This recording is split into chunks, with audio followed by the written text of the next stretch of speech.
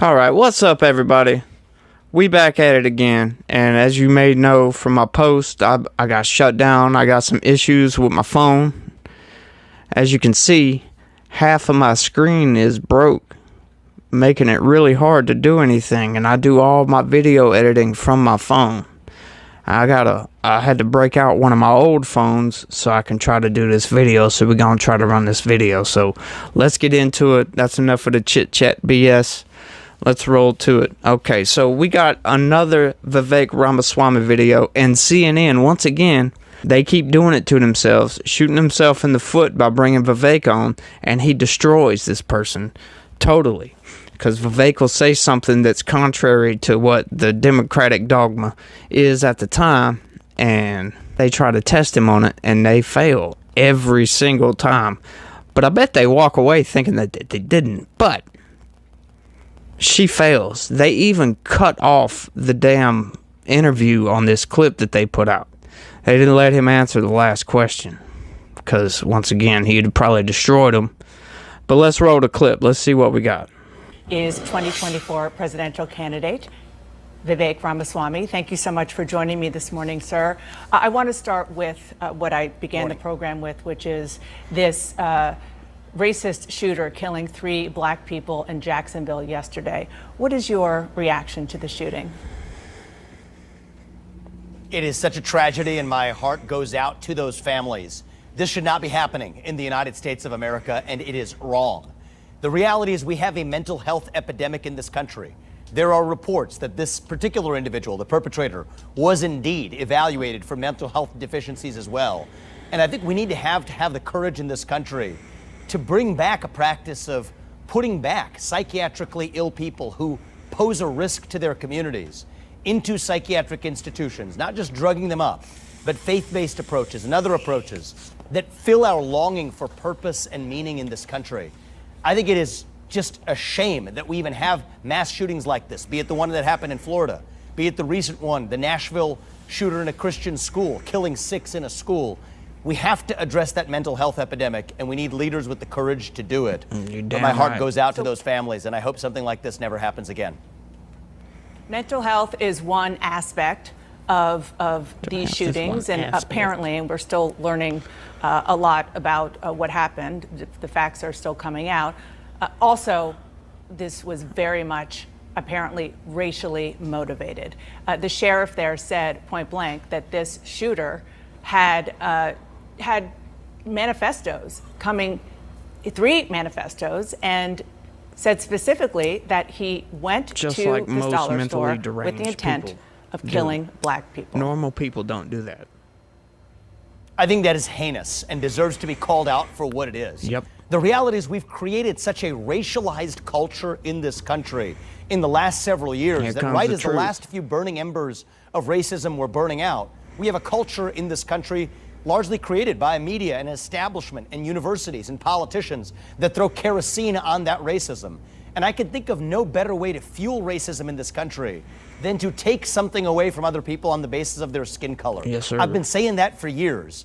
And I think that is driving, sadly, a new wave of anti-black and anti-Hispanic racism in this country. Sir. I think the right way forward is if we want to stop hate and discrimination on the basis of race, let's stop discriminating on the basis of race and see what unites us as Americans, because I do not think this kind of racial division and any division is good for us as the United States.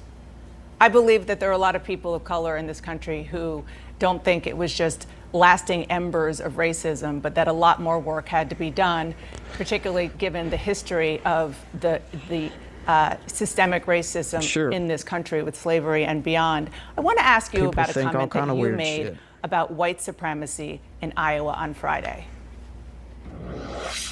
I've never once encountered that yet. I'm sure the boogeyman white supremacist exists somewhere in America. I've just never met him. Never seen one. Never met one in my life, right? Maybe I'll meet a unicorn. I guess sooner. she has a problem with this. And maybe those exist too. So just because somebody hasn't encountered one doesn't mean that the notion of white supremacy doesn't exist as a threat in America. What do you think goes through the minds of the families of the 3 victims in yesterday's shooting when they... You see how these people try to twist stuff? He's just saying he's never encountered a white supremacist. That's all he's saying. He's not saying they don't exist. He even said, I'm sure they're out there somewhere. He's just never encountered it. What the hell is wrong with these people? Why are they always trying to twist stuff around? As a matter of fact, that kind of goes to what this video was actually titled. It was titled, Vivek Ramaswamy Defends KKK Comments, or comments on white supremacy and the KKK, as if he was defending those type of comments. As if he was some kind of white supremacist or from the KKK. That's how they titled it. It's a trigger title, of course. I don't understand these people, why they would want to sow division like this. They're going to bring him on there and try to take him down, which they're not going to. He's going to destroy them, obviously. But I don't know why they try to get into this debate. Man, it's just so crazy. Let's keep rolling. Hear you say that white supremacy is basically a fantasy. That's not what he said. I'm sure they're grieving for their loss, and I don't want to politicize those victims, Dana. This is a very sensitive situation where we should have nothing but foremost respect for those victims and not bring them into partisan politics. Yep. But I was responding to a question where someone asked me, what racism have I experienced in recent years? And I answered honestly. Most of that racism has come from the modern left. It's happening during the course of this campaign. Yep. Kara Swisher calling me Rama Smarmy the other day and reveling in making twists of my last name. People effectively reducing me to the color of my skin and my attributes. That comes today from the modern left. Yes, but it the does. reality Well, is, do you this acknowledge, is part of though, a that white dogma in this supremacy country. does still exist in the United States? I acknowledge that all forms of racial animus exist in the United States, including fringe branches. I mean, that's clearly what was at the head of this mentally deranged individual responsible for this shooting, yes. But I think there are many forms of mental derangement that cause us to see one another on the basis of our skin color and our attributes. If you know, you know. And I think what we need to revive, Dana, and it's my job as the leader, hopefully as the next president, to do this, to revive our doctrine of e pluribus unum, not just celebrating our diversity and our skin-deep attributes, but celebrating what unites us across that diversity. That's what we've forgotten in the United States of America. Our true strength is the set of ideals that unite us. That's my job to revive as our next president. And I think that the next generation in particular is so starved for that, starved for commonality, starved for a nation that is unified, bigger than the sum of its parts. That's what we need to recreate in this country. Yes, and to those sir. who say the remedy to past discrimination is present discrimination, I say no. The right remedy is actually abandoning Vivek, all wrap it up. discrimination and moving forward with colorblind meritocracy in the United States of America. You took it to another level on Friday. In addition to the comment we played, you took issue with comments from Congresswoman Ayanna Pressley. She reportedly said, quote, "We don't need any more brown faces that don't want to be a brown voice." About that, you said, "These are the words of the modern grand wizards of the modern KKK." You know, I'm sure, the KKK was responsible for more than a century's worth of horrific lynchings, rapes, murders of black people. How in any way are the views you're talking about comparable to the views and atrocities committed by the KKK? Because they said the same type of stuff she does. What I said is the Grand Wizards of the KKK would be proud of what they would hear her say, because there's nothing more racist than saying that your skin color predicts something about the content of your viewpoints. You didn't just say they would be proud. No. You said these are the words in his words mouth. of the modern Grand Wizards of the modern KKK. It is the same spirit. You're right about that, Dana. I think it is the same spirit to say that I can look at you and based on just your skin color, that I know something about the content of your character, that I know something about the content of the viewpoints you're allowed to express. For Ayanna Pressley to tell me that because of my skin color, I can't express my views, she can't that is stand wrong. it. It is divisive. That it is is driving hate that in is this a debate. country. This is dividing that our is country a debate. to a breaking point. That is And a I think we need to debate move beyond it. that is based on nonviolent discussion. That you just said you're using rhetoric, which she said she's using rhetoric. That's one thing, and another thing is to say that she represents and she is a modern version of a KKK, which, as you know, was dedicated to the subjugation and violence against black people. How on earth is she a modern Dana, grand wizard let's be intellectually of that honest. kind of organization? Because they're saying the same kind of racist crap. Let's be intellectually honest and get to the heart of what this debate ought to be about. There is a worldview that says that the remedy to past discrimination is present discrimination. That if you're black or brown, you have to have a particular point of view. That's from Ibram Kendi. That's from Ayanna Pressley, the people I quoted in my speech yesterday. But can There's you a have different an view intellectually that I have, which honest says that regardless conversation of who you are, when you accuse have to her be able to of have your own being a opinion. grand wizard Let's of have the the debate. KKK? Oh, look at that. Look at that. Can you have that that the intellectually honest point is- discussion with that? She tried to use what he said against him, using the intellectually honest little bit. She tried to reverse that on him. Of course he is. Of course, that's what he's trying to do. That's what he's been screaming this whole time, lady. And you're not listening whatsoever. Let's keep rolling. That kind of rhetoric. Yes, I can, Dana, because the point I'm highlighting is that even the people who, in good spirit, we all agree that the KKK was an awful organization that is a toxic stain in our national history. So given that we can start from that point of agreement, now that allows us to say, well, who actually sounds more like that organization today? The people who are calling for more racial discrimination on the basis of skin color. So yes, I think that is an But it's not intellectually about useful starting point sounding for a provocative discussion The whole- that we need to have in this the country. whole point is And I the think that- I KKK think the reality, wasn't Dana, just is about rhetoric. We have to speak They openly in this lynched country. people, they murdered people, they raped people, they burned their homes. And that was wrong. Simply That was because obviously wrong. so Wrong. And they also said a lot of racist crap, which is exactly what he's talking about.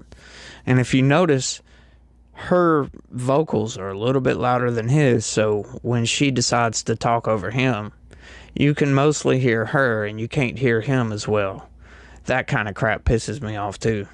And she's about to get pissed, you can tell. Watch this.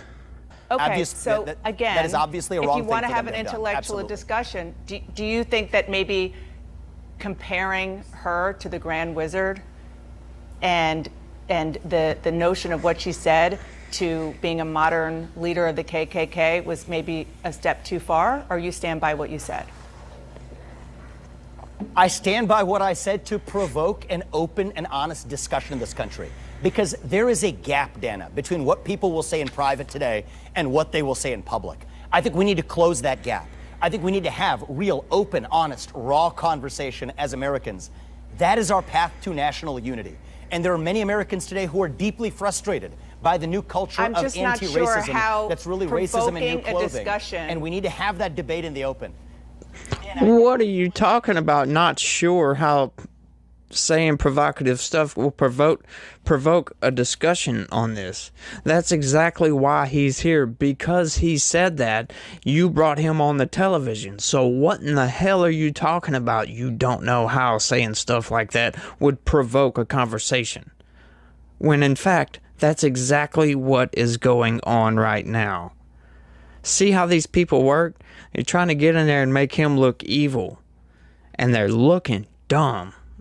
Just outright dumb. That was the dumbest thing she could have said in that moment.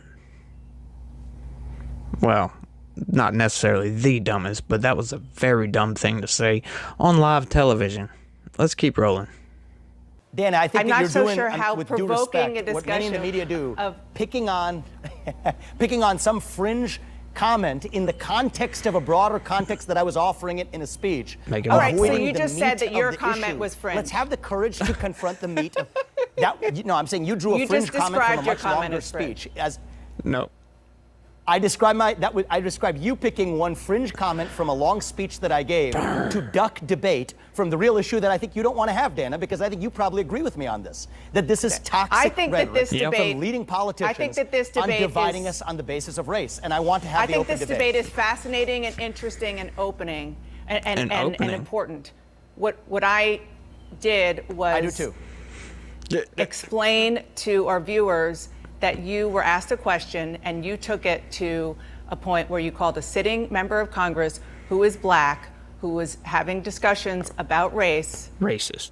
calling her the Racist. modern grand wizard of the KKK. And I'm just not sure how that's open and honest discussion. And bam, they cut it off right there. Not sure why they didn't let him finish his comment, didn't let him answer. I probably know why, because she was getting absolutely destroyed. at the very end of this thing. But that's how they do.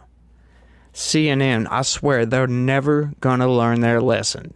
When you have somebody who's as sharp and as smart as Vivek Ramaswamy, you can't pin him into a corner. He's not going to allow you to. He chooses his words very carefully. Unlike me, I say stupid crap all the time. I slip up. I'm not a very good talker. I'm having trouble right now talking to the camera, thinking of what am I gonna say next. Just kidding. But that's how these people do. And it's so crazy. I mean, we can get into all this, but the left right now is so divisive when it comes to race. Just look at what's going on around you. Look at Twitter. Look at some of this stuff. I've never seen so many racist people in this country as there are now. I'm sure back in the day when the KKK was actually doing their thing. But look, I live in the deep south, okay? I live in Louisiana. I've never seen anybody from the KKK. I've never heard of anybody saying any racist slurs. Like talking about, I'm like him. I've never experienced racist, and I've hung around with black people my entire life. Okay? Never heard any of that. Never heard any of them talk about it either. I'm sure they may have experienced it here or there once or twice, but it was almost all but gone. And now it's starting to return. And it seems to be coming from the left, just like what he is saying. It's just now white people are the ones who are getting all the racist crap thrown at them. Hey, maybe we deserve it, but I don't think so. Nobody deserves that crap. Let's leave all that BS in the past and move forward in this country like he's talking about. So that's all we can do. Ain't no need to be going back and forth with racial division. This just ridiculous. That's not what we need right now. This country is in need of a revival, and we need to get our priorities straight. We need to get back on track. We need to get the economy back rolling because COVID screwed up a whole lot of stuff. We need to get Donald Trump in office so we can get this thing going again. And if you would like to get this channel going again, hit that subscribe button. Hit the like button, please. Because right now, my channel, I don't know what the hell is going on with it. YouTube has got me like shadow banned or something. I don't know, but they're not promoting my videos to anybody. I ain't getting hardly any views on my channel. I don't know what in the hell is going on, but hit that subscribe button. Turn on your notifications. And thanks for watching, everybody. And be positive. Peace.